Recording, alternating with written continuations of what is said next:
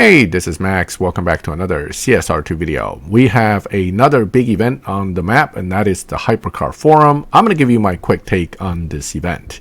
First of all, this event comes with a prize car, the Seasinger 21CV Max.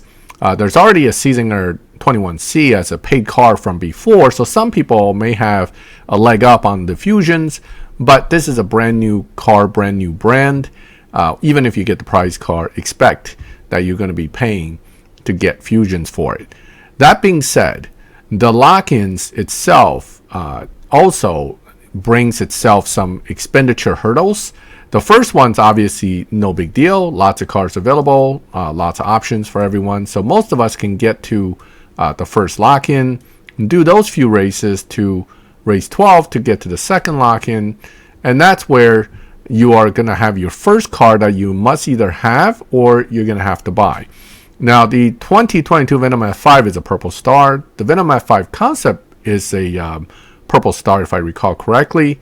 And the Venom F5 concept yellow is also a paid purple star car. Notice that the PC car this season, the Venom Roadster, is not available as an option. So even though we're getting a Venom and building it for a cup already, for this event, they want you to build another Venom if you don't already have it built, which most of us do. But again, newer player, your expenditure starts here.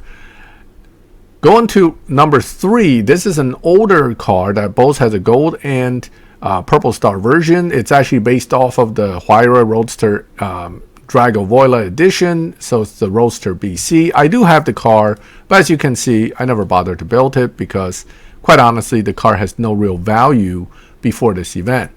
So this is another car. Again, this one you may be able to get along with the one before with gold keys. We'll see how they present that to you. What I do know is that by the time you get to the W16 Maestro, you're going to be paying. This is a paid car from before. It was a paid car in the Supercar Science event, Bugatti, and it's probably going to be a paid car this time. So you're definitely going to have to pay to get this car. It is probably the best Bugatti in the game, so there's nothing wrong with it. Certainly worth it if you're a paying player. But there's yet another car you have to buy, even if you have all the other cars, like most veteran players that have paid in the past. And that is the CCA50. This is a Koenigsegg.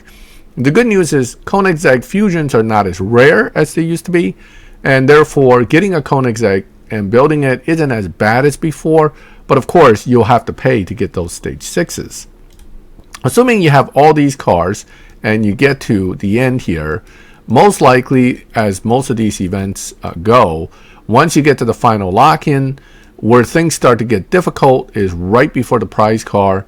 And that would be possibly this particular speed trap, these 2 time runs, and maybe even this relay, but I doubt this relay is going to be any difficult. But this sprint and this speed trap will be more difficult for whatever car is going into it if you don't have the upgrades. Most likely, it'll be the paid cars that will have to run these final races. It won't be the real simple ones in the beginning. So expect that 3, 4, 5 will be the ones that will have to run these. In recent experience, lock-in number 3 has seen probably some of the easiest challenges. So that's, I guess, good news for those of us who have to build this car from the ground up. 4 and 5 usually require a decent amount of upgrades to get there. The Maestro is a really good car, so there's hope that with the right stage 6, you may be able to get through with maybe 2 or 3 stage 6s and full fusion, rather than closer to fully maxed. The CC A50, according to Danny Lightning, is also extremely good, so there's hope with that as well. But again, expect that this is going to be more or less a deep pocket type event. If you don't have any money, you can play at least maybe lock-in 2 up to lock-in 2 to get through, or maybe even 3, but 4 and 5 you're probably going to be stuck. Is it worth it to spend the kind of money that the developers want you to spend to get these prize cars nowadays? Probably not. My feeling always is that the problem with these prize cars is, as cool as they are, they're not substantially better than what we got going on right now for silver keys. And that's, I guess, the real issue for me to want to spend on this event is that I can get a car that will pretty much go toe to toe with any of those prize cars, or dominate them for that matter, from silver keys, and I can get a ton of them.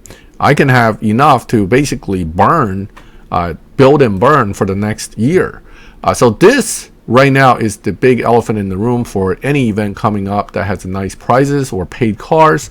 As good as these paid cars are, they're not substantially better than that F5 Venom Roadster. So if you want to take one piece of advice from me out of this video, is my take is get more Venom Roadsters in your garage and then do what you can with the event. There's nothing there that would make or break your game in the future. And the Venom that we're talking about that has to be used, I'm sorry, I correct myself. So that is a gold star. I thought that was. That one you'll probably get with gold keys. So they're going to have a purple one and a gold one for that's lockable. But this one, which is actually very good, is not lockable in this event. But if I had this car, do I really care if I'm missing out on those cars? Not really. So that is my final take on this. The event itself is interesting. It comes with a brand new Koenigsegg, which I always like, and I probably will pick up. The Zinger, as cool as it is, if I don't get to it, it won't hurt my feelings. So that is my quick take on this particular event, with a little sidetrack tidbit about the current Prestige Cup car. If you have any questions or comments, feel free to make them. If you liked the video, leave a like. If you like my channel and like to see these kind of videos, subscribe, hit the bell, and you get notified when I put up new videos. And as always, thank you for watching my videos. I'll catch you next time.